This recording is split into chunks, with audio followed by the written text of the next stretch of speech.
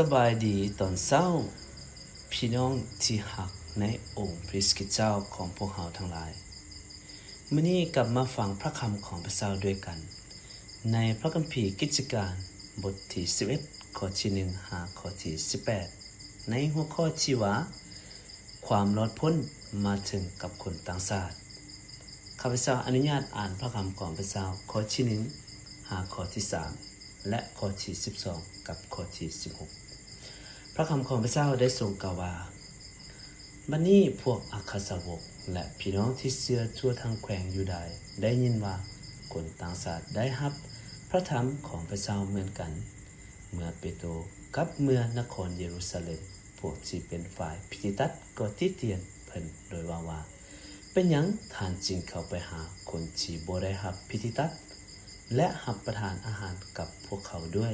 ข้อที่12พระวิญญาณได้สั่งข้าพเจ้าให้ไปกับพวกเขา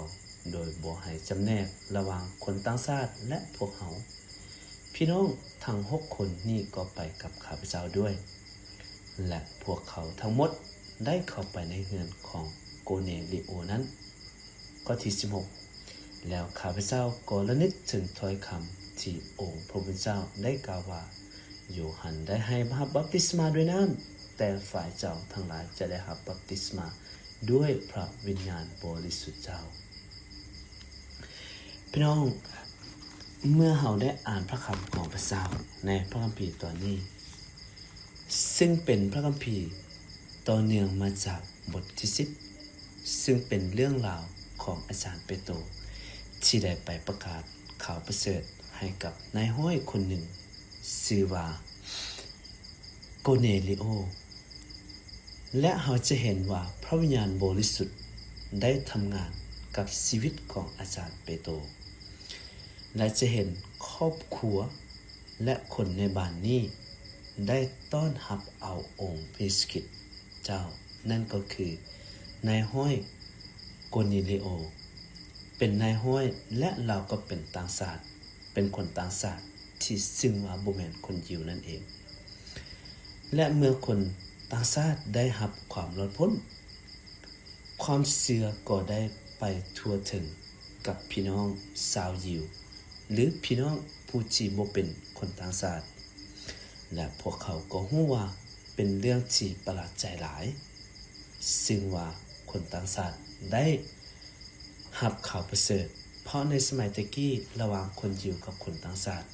เขาจะบ่ค่อยถือกันปานใดแต่ในบทที่11นี้จึงเป็นช่วงเวลาที่อาจารย์เปโตรกลับไปหาพี่น้องคนยิวที่นครเยรูซาเล็มที่เป็นผู้เชื่อเมื่อเขาไปหาพวกเพิ่นและพวกเพิ่นจึงทักท้วงกับอาจารย์เปโตรว่าเป็นหยังเจ้าจึงไปบ้านโกเนลิโอบ้านของคนที่บ่เชื่อพระเจ้าบ้านของคนที่เขาเจ้าบ่ได้รับพิธีตัดหรือบ้านของคนที่บ่เป็นคนยิวอันนี้คือสิ่งที่พระเจ้าทักท้วงถ้าพี่น้องอ่านอยู่ในพระคำของพระเจ้าเนาะก็จะเห็นว่าข้อที่2กับข้อที่3เมื่อเปโตรกับเมื่อนครเยรูซาเล็มพวกที่เป็นฝ่ายพิธีตัดก็ติเตียนเพิ่นโดยว่าเป็นหยังท่านจึงเข้าไปหาคนที่บ่ได้รับพิธีตัดและรับประทานอาหารกับพวกเขาด้วยอันนี้คือสิ่งที่เขาเจ้าได้ทักท้วงหรือเว้าให้กับอาจารย์เปโตรซึ่งเราจะเห็นว่าอาจารย์เปโตรเองก็รู้แล้วว่าต้องมีการถามเรื่องแบบนี้ต้องมีสิ่งใดที่เกิดขึ้นฉะนั้นอาจารย์เปโตรเองซึ่งเริ่มต้นเล่าเรื่องที่เกิดขึ้นให้กับพวกเขาฟังว่าเกิดหยังขึ้นอยู่ในข้อที่4ข้อที่5และลงไปอาจารย์เปโตรได้เว้าถึงนิมิตในขณะที่ตัวเองกำลังอธิษฐานว่าพระเจ้าได้ให้นิมิตอย่างแด่เราอยู่ในข้อที่5กับข้อที่6เนาะครับพระเจ้าจะอนุญาตอ่านขณะที่ข้าพเจ้ากำลังภาวนาอธิษฐานอยู่ในเมืองยปปาข้าพเจ้าได้เห็นนิมิตอย่างหนึ่ง ข้าพเจ้าได้เห็นสิ่งหนึ่งกำลังลงมาคือกับผ้าพื้นใหญ่มีเสือกผูกทั้งสีแจหย่อนลงมาใกล้ถึงข้าพเจ้าและอยู่ในข้อที่6ก็บอกว่าเมื่อข้าพเจ้าเพ่งตาเบิงก็สังเกตเห็นทั้งสัตว์บ้านและสัตว์ป่าในนั้นคือสัตว์สีตีนสัตว์เลือกคานและนกที่บินในอากาศ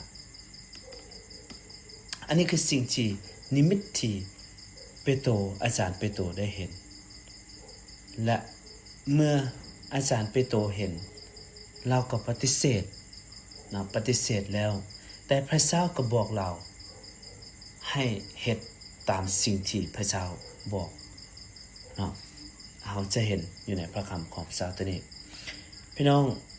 อยู่ในข้อที่7เราจะเห็น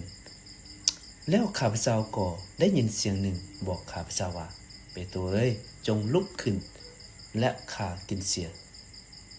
แต่ข้าพเจ้าได้ตอบว่าพระองค์เจ้าเอ๋ยเป็นไปบ่ได้เด็ดขาดด้วยว่าขน้อยบ่เคยเอาสิ่งที่เป็นของต้องห้ามหรือเป็นมลทินเข้าไปในปากของขน้อยจักเถื่ออันนี้คือสิ่งที่เปโตรได้โต้ตอบกับเสียงนั้นพี่น้องบทเรียนก็คือว่าพระเจ้าบางครั้งพระเจ้าได้เอิ้นเฮาไปแต่เฮามักกับปฏิเสธถ้าพี่น้องอ่านต่อไปเปโตรปฏิเสธในหลายครั้งในชีวิตของพวกเฮาอาจจะปฏิเสธสิ่งที่พระเจ้าเอิ้นหรือสิ่งที่บ่ชัดเจนเถื่อและอยู่ในข้อที่12ถ้าพี่น้องอ่านไปพระวิญญาณได้สั่งข้าพเจ้าให้ไปกับพวกเขาโดยบ่ให้จำแนกระหว่างคนต่างชาติและพวกเขาพี่น้องทั้ง6คนนี้ก็ไปกับข้าพเจ้าด้วยและพวกเขาทั้งหมดได้เข้าไปในเรือนของโกเนลิโอนั้นพี่น้องนี่คือสิ่งที่เราจะเห็นว่าพระคำของพระเจ้าบ่ได้จำแนกเชื้อชาติศาสนาหรือผู้คนใดอาจารย์เปโตรเฮ็ดตามการทรงนำของพระวิญญาณบริสุทธิ์เจ้าพระวิญญาณเป็นผู้ที่นำพาและสั่งเปโตรพี่น้องเขาประเสริฐไปถึงกับคนต่างชาติคนที่บ่เป็นคนยิวบ่เป็นแค่เพียงแต่คนยิวแต่ไปให้กับทุกเชื้อชาติข่าวประเสริฐก็เกิดขึ้นกับคนต่างชาติเช่นเดียวกันพี่น้องสำหรับบทเรียนที่ข้าพเจ้าอยากจะหนุนใจพวกเราในเช้าวันนี้เฮาทุกคนถูกเอิ้นให้ถวายตัวกับพระเจ้าแม้ว่าเฮาจะบ่ฮู้ว่าสิ่งทั้งหมดนั้นแม่นหยังพระเจ้าได้เอิ้นเอาอาจารย์เปโตรไปประกาศข่าวประเสริฐโดยมีพระวิญญาณบริสุทธิ์เป็นผู้ที่จะนำพาโดยมีพระวิญญาณบริสุทธิ์เป็นผู้ที่เคียงข้างและนูนใจเราเส้นเดียวกันกับเฮาพี่น้องอาจารย์เปโตรเชื่อฟังยอมทำตามมื้อนี้ข้าพเจ้าเองอยากจะหนุนใจพี่น้องทุกคนเมื่อเฮาได้สัมผัสได้ยินเสียงของพระวิญญาณบริสุทธิ์แล้วให้เฮาที่จะเชื่อฟังพระวิญญาณบริสุทธิ์และเฮ็ดทำตามข้าพเจ้าเชื่อว่าพระเจ้าจะใส่พวกเฮานำเอาข่าวประเสริฐนี้ไปให้กับพี่น้องทุกคนเอเมนทุกคนต้องการข่าวประเสริฐบ่ว่าจะเป็นคนฟิลิปปินส์คนลาวคนขมุคนม้งเกาหลีคนฝรั่งก็ต้องการที่จะได้ยินข่าวประเสริฐเช่นกันอันนี้คือสิ่งที่เราจะเห็นว่าพระวิญญาณบริสุทธิ์ที่จะนำพาอยู่ในข้อที่16แล้วข้าพเจ้าก็ระลึกถึงถ้อยคำที่องค์พระผู้เป็นเจ้าได้กล่าวว่าโยฮันได้รับบัพติศมาด้วยน้ำแต่ฝ่ายเจ้าทั้งหลายจะได้รับบัพติศมาด้วยพระวิญญาณบริสุทธิ์พี่น้องเมื่อพวกเขาได้รับบัพติศมาด้วยพระวิญญาณบริสุทธิ์เขาจะได้รับชีวิตใหม่เขาจะได้รับความรอดให้กับพวกเขาทุกคนและสิ่งนี้แหละที่จะไปมอบให้กับคนต่างชาติและคนที่ยังบ่รู้จักกับพระเจ้าอยู่ในข้อที่18พี่น้องเขาจะเห็นเมื่อพวกเขาได้ยินดังนั้นแล้วต่างก็เศร้าติเตียนเปโตรแล้วได้พากันสรรเสริญพระเจ้าโดยกล่าวว่า ถ้าเป็นดังนี้ก็แม่นพระเจ้าที่ให้คนต่างชาติมีโอกาสกลับใจใหม่และรับชีวิตใหม่เหมือนกันมื้อนี้ข่าวประเสริฐมาถึงพวกเราทุกๆคนขอให้พวกเราที่จะเป็นเหมือนกับอาจารย์เปโตรยอมฟังและเชื่อฟังและเฮ็ดตามพระวิญญาณบริสุทธิ์นำพาพวกเราเอเมนขอบเจ้าอวยพรพี่น้องทุกๆคนด้วยร่วมใจกันอธิษฐานพระเจ้าบิดาพระลูกสรรเสริญแด่พระองค์ขอบคุณพระเจ้าสำหรับพระคำของพระเจ้าและข่าวประเสริฐความรอดพ้นมาถึงชีวิตของพระลูกและพระลูกก็จะนำเอาความรอดพ้นนี้ไปให้กับคนอื่นเช่นเดียวกันด้วยพระเจ้าขอบคุณพระองค์พระเจ้าจริงอธิษฐานในพระนามองค์พระมิสกิเจ้าเอเมน